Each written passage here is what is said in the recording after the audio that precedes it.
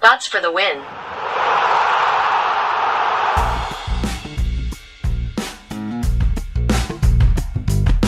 Coming up on today's edition of Bots for the Win podcast, we're talking about what the Wizard of Oz has to do with chatbots, website visitors versus chatbot visitors, and how to think about getting started with chatbot conversations.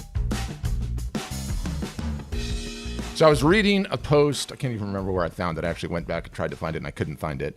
And it was a post on chatbots, and somebody brought up this Wizard of the Oz, Wizard of Oz reference into how to think about chatbot conversations, and it immediately resonated with me. And the short gist of it is, you're in the bot and they're going through your automations, and you can pop into the conversation, acting like you're a bot, and it's still part of the automation, not letting them know, right? Hence the wizard, right, behind the curtain driving things. And I was like, wow, that was just so profound and intelligent. I was like, that's amazing that he came up with that. Fired up the Google on the internet machine and found out it's actually a thing.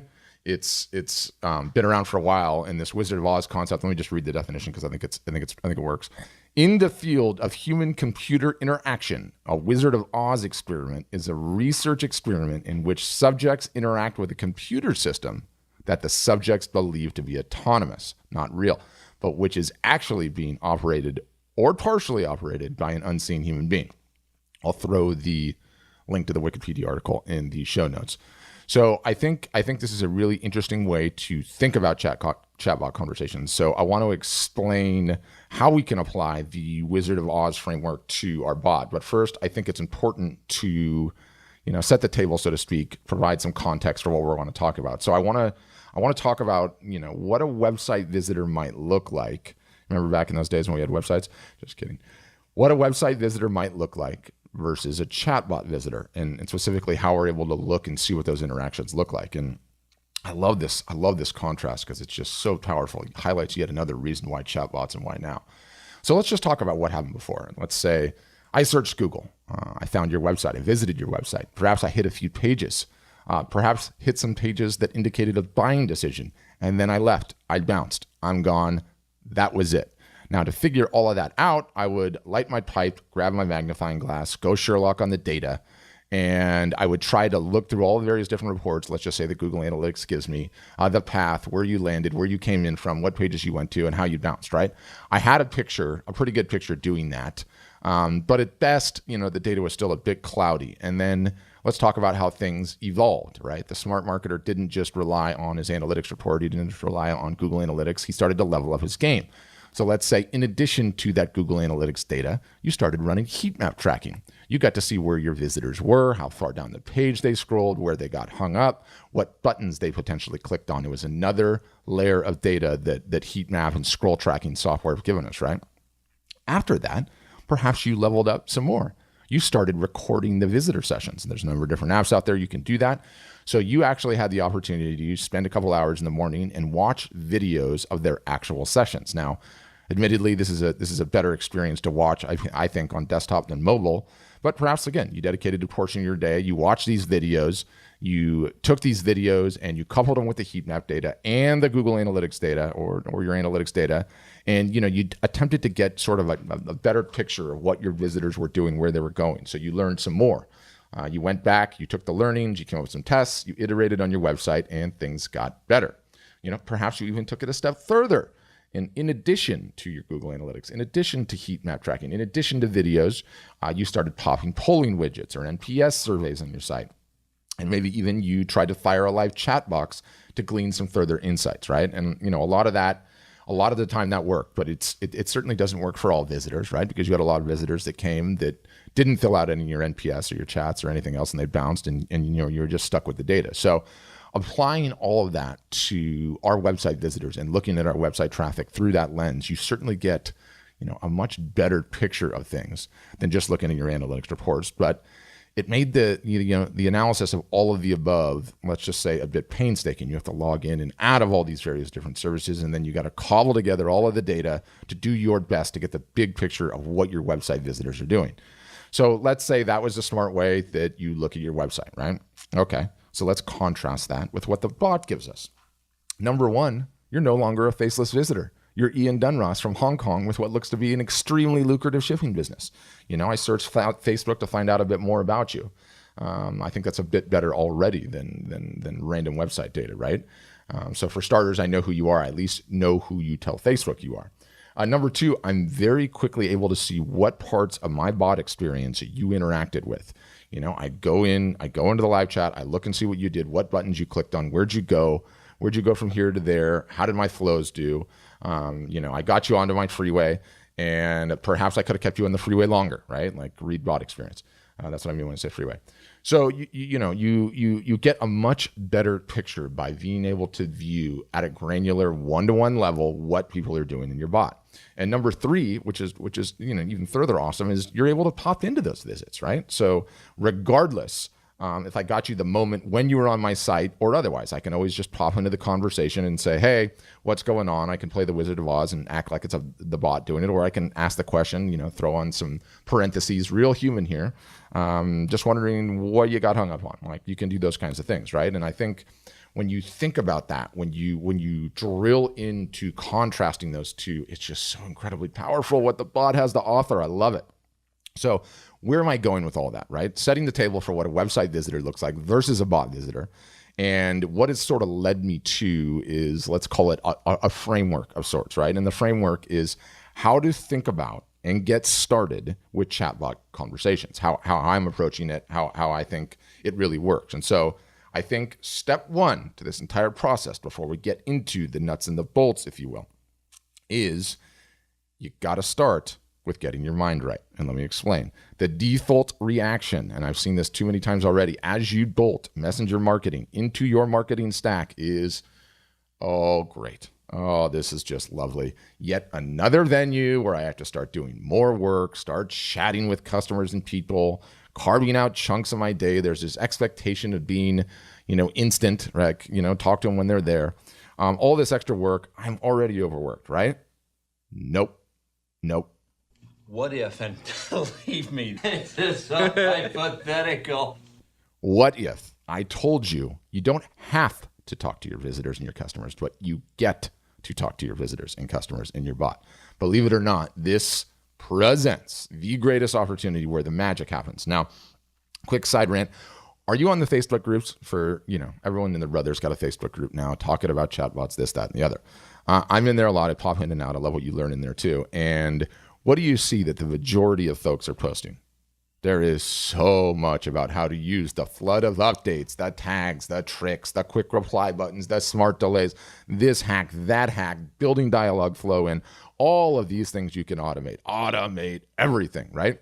And, going forward, I'm going to work 15 minutes a day, start playing golf on Fridays, beer a hole because my automation is so good. People love glomming onto the automation piece of all of it. And I love that part too, not mocking it, don't misunderstand.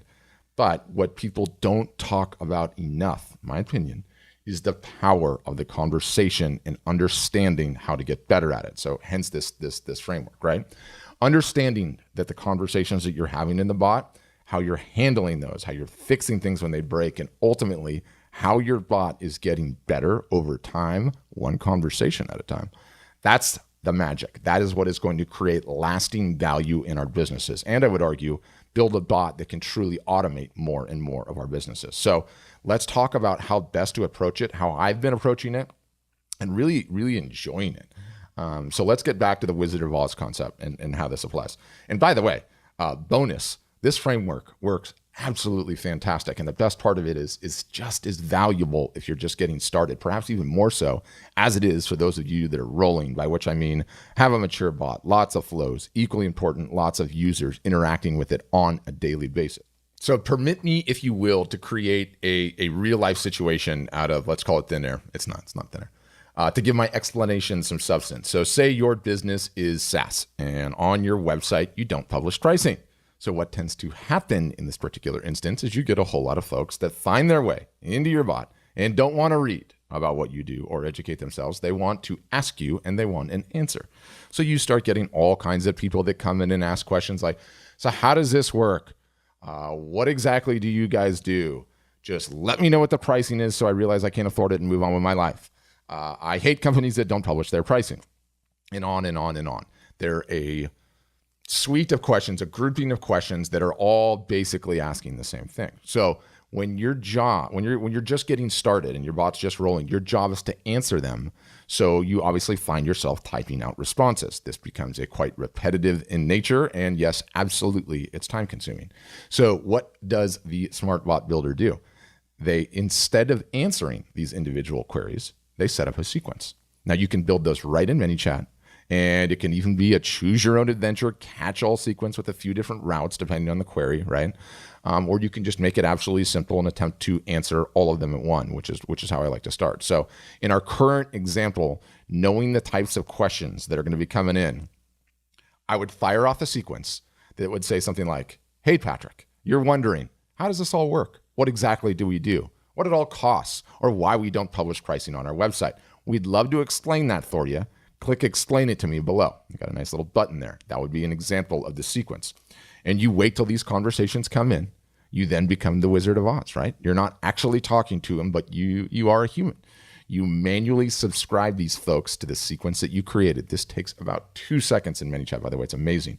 You look at that little live chat window, you go over to the right-hand sidebar of it, and you click subscribe to sequence. Boom, that sequence fires instantaneously, and they're in it. And that's that.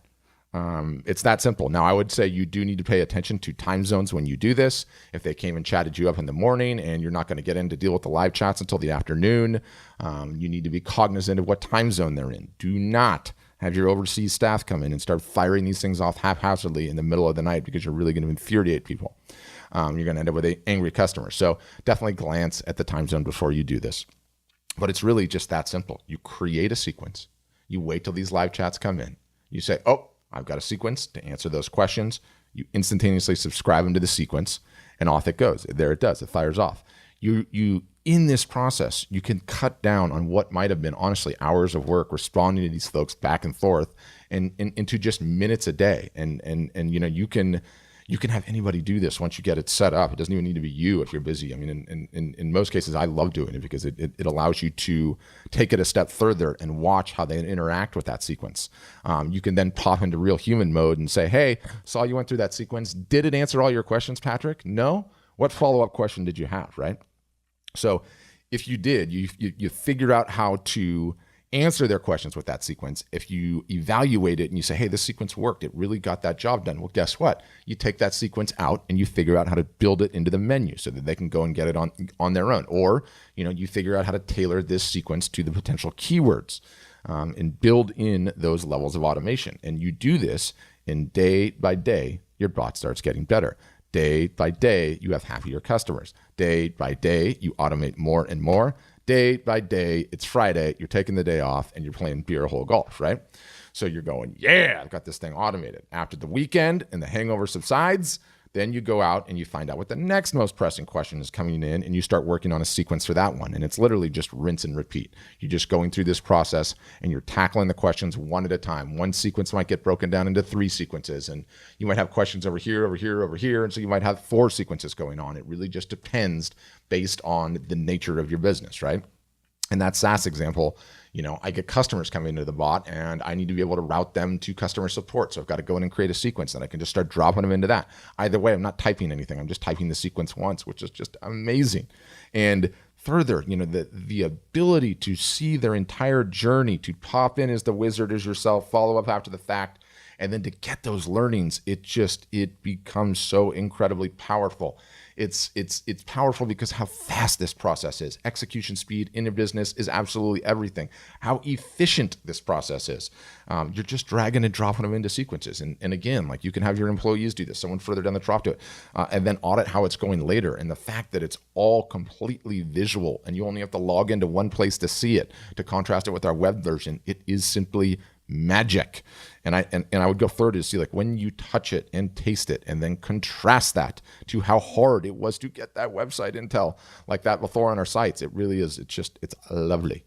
So it does make you realize, okay, I'm just going to say it does make you realize how nice it is to have your website completely in a bot. Now, take it easy. No one's suggesting that. but I can imagine what it would look like. So it'll be interesting to see how things evolve. And as another side rant, this process, this framework, the magic, it highlights like two incredibly strong points for me when I think about it. For most businesses out there, this is number one. For most businesses out there, this process to me is why a standard template will never do. You're going to have to customize and iterate to a crazy clip to build an absolutely fantastic bot for your business. There is no template that exists that is going to shortcut the user feedback portion, understanding what questions your customers have and asking them. So, and again, yes, some businesses out there, I've used a restaurant example in the past, there's going to be templates for those businesses that work, right? Because most restaurants have similar type of queries, and then you're just customizing from there. But I would argue, on a lot of these templates, at least the ones that I've seen so far, they're probably only going to be marginally better bolting them in, if at all, than starting from scratch. And that's point number one. Number two, this is an amazing, this framework and this way to approach conversations. Oh, does it speak to the demand that is coming for bot agencies and shops? It is not going to be about, here's what I'm going to charge you to build your bot and then you're done. Absolutely not. The maintenance piece after the fact is way more important than what you build them initially. Way more important, because that is where you truly start providing value to the business with the bot, right? You start cutting down on the man hours it takes to get satisfied customers. They're going to rant and rave about your product.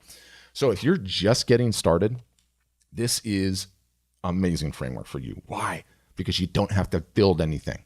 Instead, just focus on the on-ramps, on getting people into your freeway, on getting people into the bot experience. Spend your time there. Then learn what they want, play the wizard or talk to them, go and build it, start firing the sequences. Take the sequence out, put it in your menu. There, done. You didn't even have to build anything ahead of time. You just shipped things, you did your MVP style, and you're out there and you're rolling. If you're rolling already though, and you've got people coming into your bot, that part's sorted, you know how to do that, then you really have the opportunity to run this and get feedback and iterate quickly. When you have, at the low end of things, 7 to 10 to 15 people coming into your bot a day, or if you're seriously rolling, to 50 to 100 to hundreds of people coming into your bot a day, thousands, whatever, the ability to go in and create these changes and ship them, it's just so quick and snappy. It's amazing. So why bots? Why now? Why Facebook Messenger? This, absolutely this. So summing things up, look forward to the conversations. You got to get your mind right. Run the Wizard of Oz framework with sequences dropped into your live chat. Iterate, get better, build the sequences into your menu, then move on to the next series of questions. Keep rinse and repeat. Build it into your menu, or you can also tie it to a keyword, right? But the underlying principle there is you're going to automate it. You're going to build it so that they can serve themselves. They don't need the wizard hiding behind the curtain. So what's next? Where do we go from here? Bot teardown. Given the busy summer schedule, I do not have a bot teardown for you this week. Huge apologies. We're going to get back to the teardowns in next week's episode. But one of the things that I did want to mention before I sign off is, and one of the things that I'm really, really loving about this podcast is, for me, for a marketer, it's essentially starting an entity from scratch, right? It's a new podcast. It's not bolting Messenger into an existing business. It's starting a new business with Messenger at, a Messenger first type of an operation. So it's the podcast and the corresponding website as an entity. It's kind of proffering me the example, or the opportunity rather, to explore what does an entire content-based podcast and marketing operation look like? What might that look like going completely Messenger first, right? All of the lead capture that would traditionally be done through email on this site and on this podcast has been moved to Messenger, right? And that's totally new territory. I mean, it's completely new territory, and there's not a whole lot of folks out there doing that right now. And admittedly, I think, that's a difficult zone to move yourself into if you have an existing business that's working. You don't want to go and disrupt everything and go Messenger first across the board with just Messenger capture all over your site from top to bottom. I mean, that's super, super risky. So, you see a lot of businesses that are starting to incorporate elements of it here. Perhaps an email sign-up box used to be there. Now it's a Messenger sign-up box. Perhaps they're sending, they broadcast more in Messenger, whatever the case may be. But in this podcast, I'm so thoroughly enjoying exploring that, getting better, seeing what all the opportunities are, how many different growth tools that you can have, how many different reference URL links all over the place, all over the internet, and being a truly messenger first content marketing operation. Really sort of exciting. So I've got a couple episodes where I'm going to explain what level I'm at with that so far, what that's starting to look like, what the data looks like, how I'm approaching it. And I think they're going to be absolutely epic episodes. So a great way to see this so far, a hybrid messenger first type of content marketing operation, is to get into the bot, take a look, tell me what you think. How do you do it? What's the easy way? You pull out Messenger on your phone. You type in bots for the win 4 words, or the abbreviated bots, FTW. See the bot for this show. Hit get started and let me know what you think. So thanks for listening and have a great day.